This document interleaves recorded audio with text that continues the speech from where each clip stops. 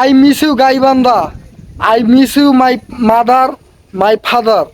তো আপনারা সবাই জানেন আমি একটা গাইবান্ধার পোলা, আর আমি হুট করে ঢাকায় আইয়ে পড়ছি। আপনারা সবাই জানেন আমি গাইবান্ধা থাকতে আমি ফেরির ব্যবসা করতাম, আর এখন ঢাকা শহরে এসে ওই ফেরির ব্যবসাই করি। আসলে গাইবান্ধা আমার ব্যবসাটা খুব ভালো চলছিল, আর ঢাকা শহরে এসে ব্যবসাটা তেমন একটা আমার ভালো চলতেছে না। আপনারা সবাই জানেন আমি আমার এই ব্যবসাটা হইতেছে চুলের ওপর। আমার চুলের ওপর ডিপেন্স করে আমার ব্যবসাটা চলে। আমি যতটুকু চুল পাই তত তত আমার টাকা লাভ থাকে। আর আমার ঢাকা শহর তেমন একটা ব্যবসা চলতেছে না। আর আমি আমি যে ঢাকা শহরে আইছি, আর আবার আমি যে ঢাকা শহরে আইছি, এখন যে আমি যে বাড়ির যামু, আমার কাছে এখন বর্তমানে সেই পরিস্থিতিটাও নাই। আমি গাইবান্ধা ডিস্ট্রিক্টে অনেক মিস করি।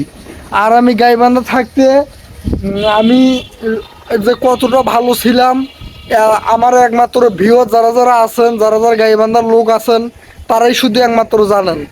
আর ঢাকায় আইসা যে আমি কতটা কষ্টের মধ্যে আছি ভাই, এটা আমি আপনাদেরকে বলে বোঝাইতে পারবো না। আর আমি এখন যে জায়গাটায় আছি, এটা একটা সুন্দর একটা পার্ক, সুন্দর একটা জায়গা, একটা পার্ক।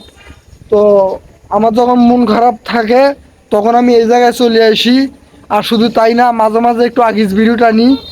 আর মোট কথা হইতেছে আমি গাইবান্ধা ডিস্ট্রিক্টকে অনেক মিস করতেছি, কারণ আমি চাইলেও আমি গাইবান্ধা যাইতে পারবো না। তার কারণ কি জানেন? আমি যখন গাইবান্ধা থেকে যখন আমি ঢাকায় আসি, আমি একটা শর্ত নিয়ে আসি ভাই, ঠিক আছে?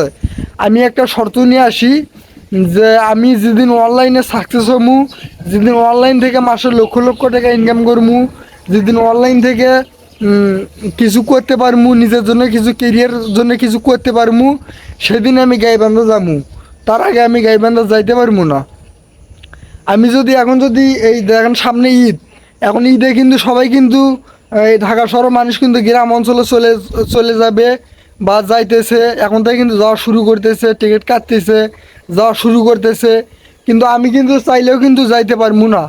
তার কারণ এক নম্বর শর্ত হইতেছে, আমি শর্ত নিয়ে আইছি, আমি যেদিন লক্ষ লক্ষ টাকা ইনকাম করতে পারবো সেই দিন আমি আমার দেশের বাড়িতে যামু।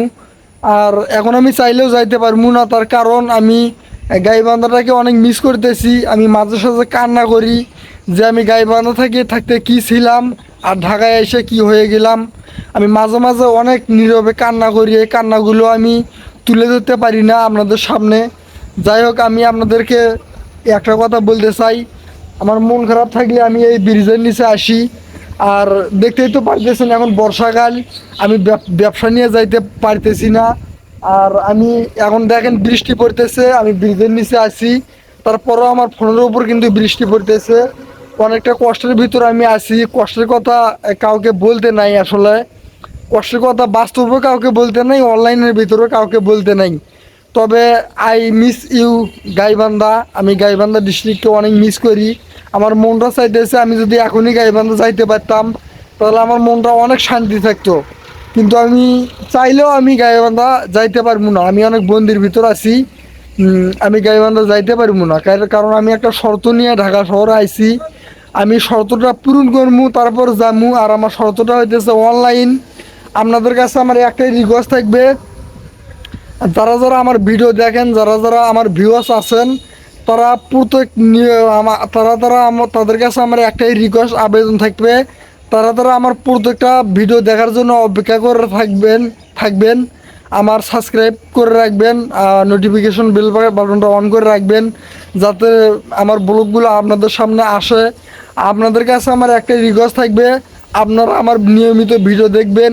আপনারা যদি নিয়মিত ভিডিও যদি দেখেন, তাহলে হয়তো আমি আগায় যেতে পারবো। আপনাদের ভিডিওর কারণে হয়তো আমি সামনে একটু আগায় যেতে পারবো। তো যাই হোক, আমি অনেক কষ্টের ভিতর আছি। ঢাকা শহর আইসা আমাকে অনেকটাই ফাপড় লাগছে। মানে আমি এখন না যাইতে পারতেছি গাইবান্ধা, আর না করতে পারতেছি ব্যবসা। এটা হইতেছে বর্ষাকাল, বৃষ্টি পড়তেছে টানা একটানা 5 দিন ধরে আমি বাসায় বসে আছি, না আছে কোনো আমার ইনকাম। তো যাই হোক, বেশি কষ্টের কথা মানুষকে বলতে নাই। আর আমার যখন মন খারাপ থাকে, তখন আমি এই জায়গায় আমি ঘুরতে আসি। আর যেদিন বৃষ্টি পড়ে সেদিন আমাকে এই জায়গায় আপনারা পাইবেন। তো আমি গাইবান্ধা ডিস্ট্রিক্টকে অনেক মিস করি। আসলে আমার হয়তো মা বাবা হয়তো আমার মা বাবা আছে, অনেকেই কমেন্ট করেন আপনার মা বাবা আছে কি না নাই। আমার মা বাবা আছে ভাই, ঠিক আছে, আমার মা বাবা আছে, কিন্তু আমার মা বাবা থেকেও নাই। যদি আমার মা বাবা যদি আমার যদি খোঁজ খবর রাখতো, তাহলে ঢাকা শহর যে আমি যে অনেকটা কষ্টের মধ্যে আছি, ফাপড়ের মধ্যে আছি, না খাই আর আছি, তাহলে আমার মা বাবা আমার খোঁজ খবর নিত, আমাকে ফোন দিত। কিন্তু আমার মা বাবা আমাকে তেমন একটা গুরুত্ব দেয় না। আমার আর একটা ভাই আছে, নিশাখর ভাই, কিন্তু তাকে অনেক ভালোবাসে, আমাকে তেমন একটা ভালোবাসে না।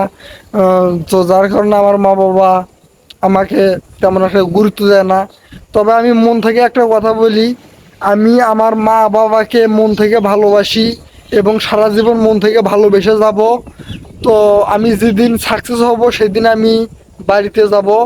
তো আশা করি সবাই ভালো আছেন আর সবাই ফ্যামিলি নিয়ে ভালো থাকবেন। আর আপনাদের কাছে আমার একটাই রিকোয়েস্ট, আমার ব্লগগুলো আপনারা দেখবেন। আশা করি সবাই ভালো আছেন।